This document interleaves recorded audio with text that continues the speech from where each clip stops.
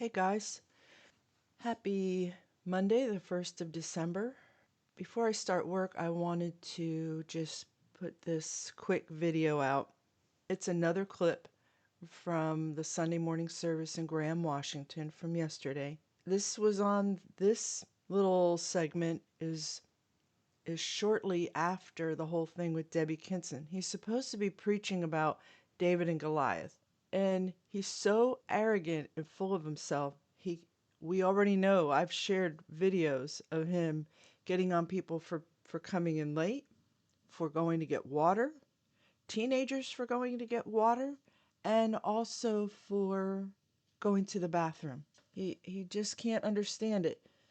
And so this man who lives like 2 minutes up the hill from the church, he can't understand that maybe somebody hasn't had their morning bowel movement after they chugged down some coffee and threw down some who knows what for breakfast to get there on time, to get the kids together, everything.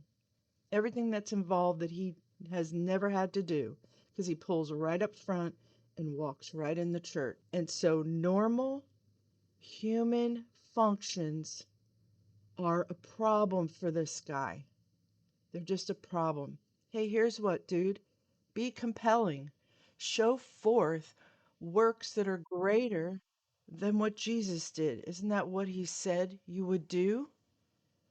Do that. Maybe somebody will forget that they have to go to the bathroom. Let's listen to what he says, because what's interesting is Mike has been doing this now for years since he's lifted the ban on watching TV and going different places. And so he references movies and music that I get because I'm 63. So he makes reference to a movie. Oh, let's just listen real quick because I got to get to work soon. I don't know if people are coming or going. Everybody keeps getting up and going back, going down, and hopefully we're good. Everybody keeps doing it. That's got to be hyperbole in action. Everybody. Everybody? Are there only one or two people sitting there? Don't leave yet. You can conquer even your bladder in the name of Jesus. That's a ridiculous thing to say. Even if you think you're being funny, because he thinks he's funny all the time. Had this been an isolated thing, you'd say, okay, we'll give him that. We'll give him that. Okay. But it's not. I've shared how many times has he made an issue of people getting up to go to the bathroom, a regular human bodily function, and everyone is different. Everyone isn't Mike Kekel. Their bladders aren't like his, or the person next to them, or their husband, or their wife, or their kids, who has a medical issue, who has had surgeries, who drank and ate what. It's so varied. It's so sick to point it out when people get up. That's how you control. We've said it before.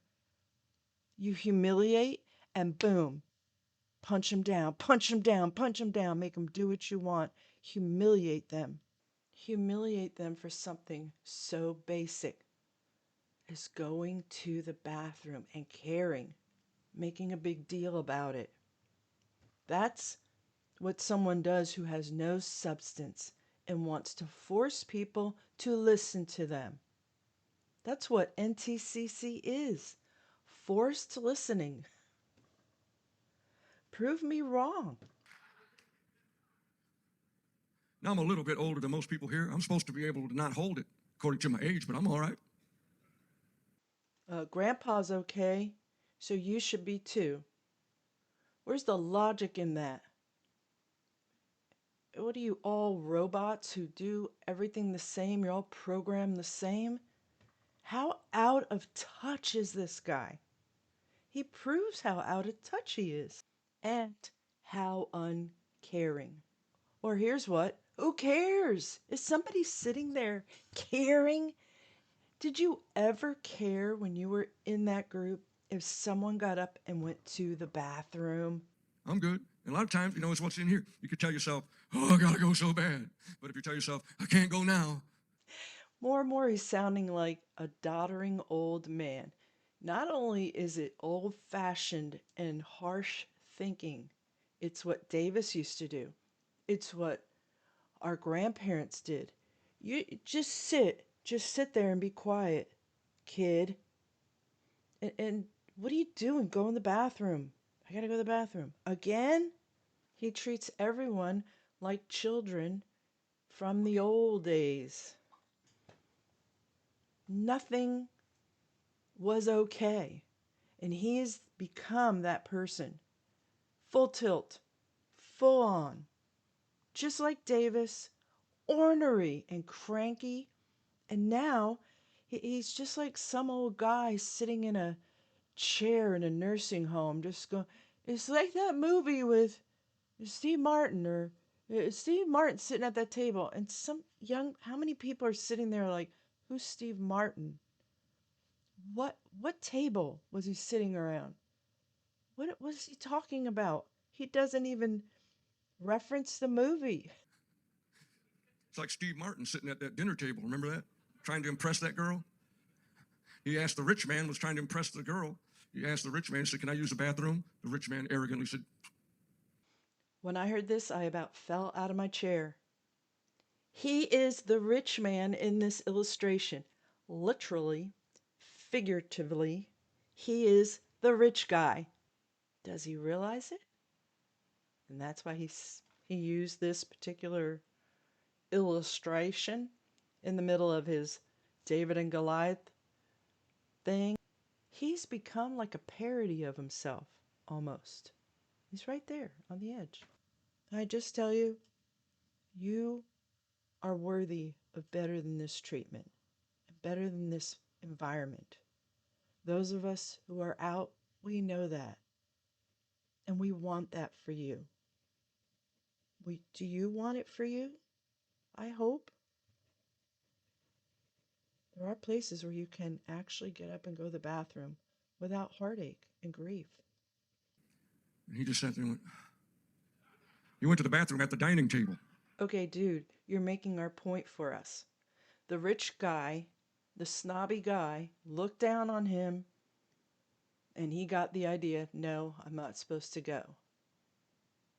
But he couldn't hold it in because he really had to go. So he went in the chair. Is that what he wants people to do, is pee in the pew? And then what? Can you imagine the fit he would have? You can't have it both ways, Mike. My encouragement to you, get up and go. Don't put yourself in that predicament, please. It's funny, but you just don't know it.